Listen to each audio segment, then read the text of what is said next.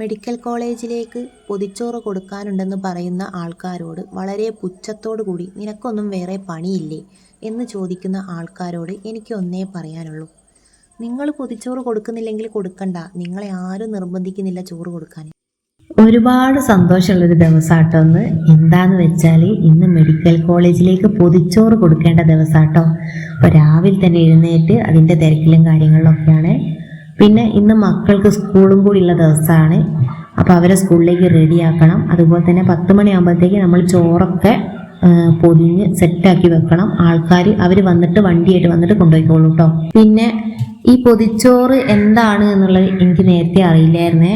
ഞാനിതെങ്ങനെയാണ് ഈ ഒരു സംഭവത്തിനെ കുറിച്ച് അറിഞ്ഞതെന്ന് വെച്ചാൽ പിന്നെ കുറച്ച് ദിവസം മുന്നേ, അതായത് 2 വർഷം മുന്നേ എനിക്ക് മെഡിക്കൽ കോളേജിൽ ഒരു പേഷ്യൻറ്റിൻ്റെ കൂടെ നിൽക്കേണ്ടി വന്നിരുന്നു. ഒരു 3-4 ദിവസം പോലെ ഞാൻ നിന്നിരുന്നു അവിടെ. അന്ന് ആ ഹോസ്പിറ്റലിൽ വെച്ചാണ് കേട്ടോ ഞാൻ ആദ്യമായിട്ട് പൊതിച്ചോറ് കഴിക്കുന്നത്. അന്ന് ഞാൻ മനസ്സിലാക്കിയ പൊതിച്ചോറിൻ്റെ വില എന്താണെന്ന് വെച്ചാൽ അവിടെ ഉണ്ടായിരുന്ന ഒരുപാട് ആൾക്കാർ ആ പൊതിച്ചോറ് വാങ്ങാൻ കാത്തു നിൽക്കുന്നതും, അതുപോലെ തന്നെ ഒരു ചോറ് വാങ്ങിയിട്ട് 2-3 ആൾക്കാർ ഷെയർ ചെയ്ത് കഴിക്കുക, പിന്നെ 2 ചോറ് വാങ്ങിയിട്ട് ഒരു ചോറ് ഉച്ചയ്ക്ക് കഴിച്ചിട്ട് ഒരു ചോറ് രാത്രിയത്തേക്ക് മാറ്റി വെക്കുക, അതൊക്കെ ഞാൻ കണ്ടിട്ടുണ്ട് കേട്ടോ. അപ്പോൾ അതൊക്കെ കണ്ടപ്പോൾ ശരിക്കും കണ്ണ് നിറഞ്ഞു പോയിട്ടുണ്ടായിരുന്നേ. പിന്നെ ഈ പൊതിച്ചോറിൻ്റെ ഒരു ഭാഗം ആവണം എന്നുള്ളത് എനിക്ക് അന്ന് ഞാൻ അവിടുന്ന് ചോറ് കഴിച്ചപ്പം തന്നെ ഞാൻ മനസ്സിൽ ആഗ്രഹിച്ചൊരു കാര്യമായിരുന്നു, എനിക്ക് ഇതുപോലെ കൊടുക്കണം എന്നുള്ളത്.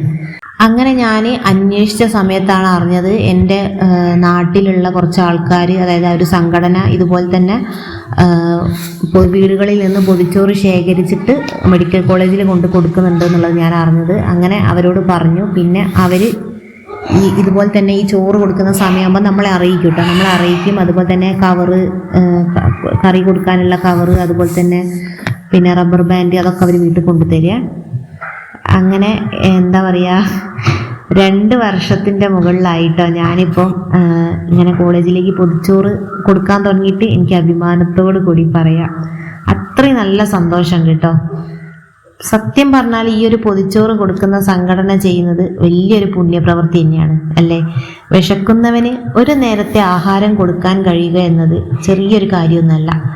അവരെ എത്ര അഭിനന്ദിച്ചാലും മതിയാവില്ല കേട്ടോ. ഈ വീഡിയോ കാണുന്ന ആരെങ്കിലും ഇതുവരെ പൊതിച്ചോറ് കൊടുത്തിട്ടില്ലെങ്കിൽ ഒരു തവണയെങ്കിലും നിങ്ങളൊന്ന് കൊടുത്തു നോക്കൂ. അതുകൊണ്ട് കിട്ടുന്നൊരു സന്തോഷം ഉണ്ടല്ലോ, അതൊരിക്കലും വാക്കുകൾ കൊണ്ട് പറഞ്ഞറിയിക്കാൻ കഴിയൂല കേട്ടോ. അത് നമ്മൾ അനുഭവിച്ച് തന്നെ അറിയണം.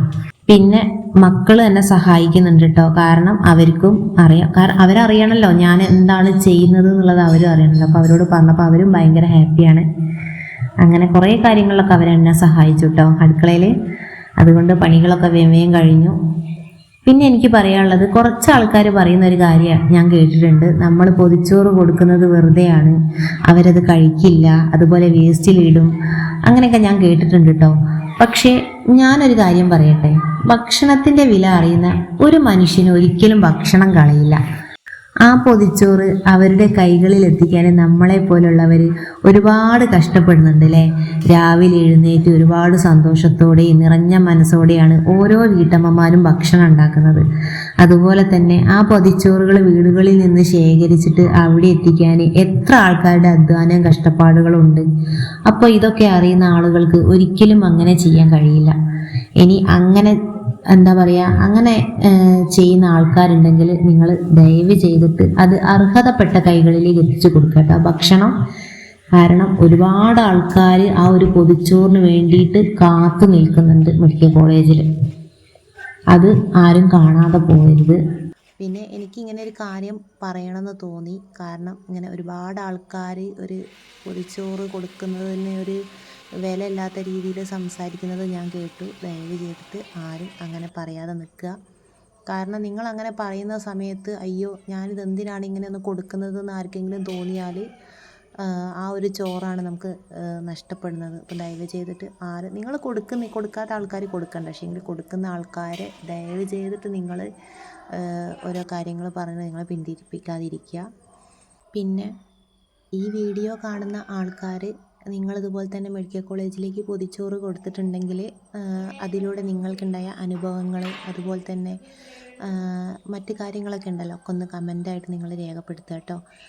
അതുപോലെ തന്നെ ഞാൻ പൊതിച്ചോറ് കൊടുത്തതേ ഞാൻ പറഞ്ഞിട്ടുള്ളൂ. ഞാൻ എന്തൊക്കെ കാര്യങ്ങളാണ് എൻ്റെ പൊതിച്ചോറിൽ ഉൾപ്പെടുത്തിയിട്ടുള്ളത് എന്നുള്ളത് ഞാൻ പറഞ്ഞിട്ടില്ല കേട്ടോ. കാരണം എന്താണെന്ന് വെച്ചാൽ അത് ഓരോരുത്തരുടെ ഇഷ്ടമാണല്ലോ, നമ്മൾ എന്ത് കൊടുക്കണം എന്നുള്ളത് നമ്മുടെ ഇഷ്ടമാണ്. ഇന്നത്തെ വീഡിയോ ഇത്രയേ ഉള്ളൂ കേട്ടോ. എല്ലാവർക്കും ഇഷ്ടപ്പെട്ടെന്ന് വിചാരിക്കുന്നു. ബായ്.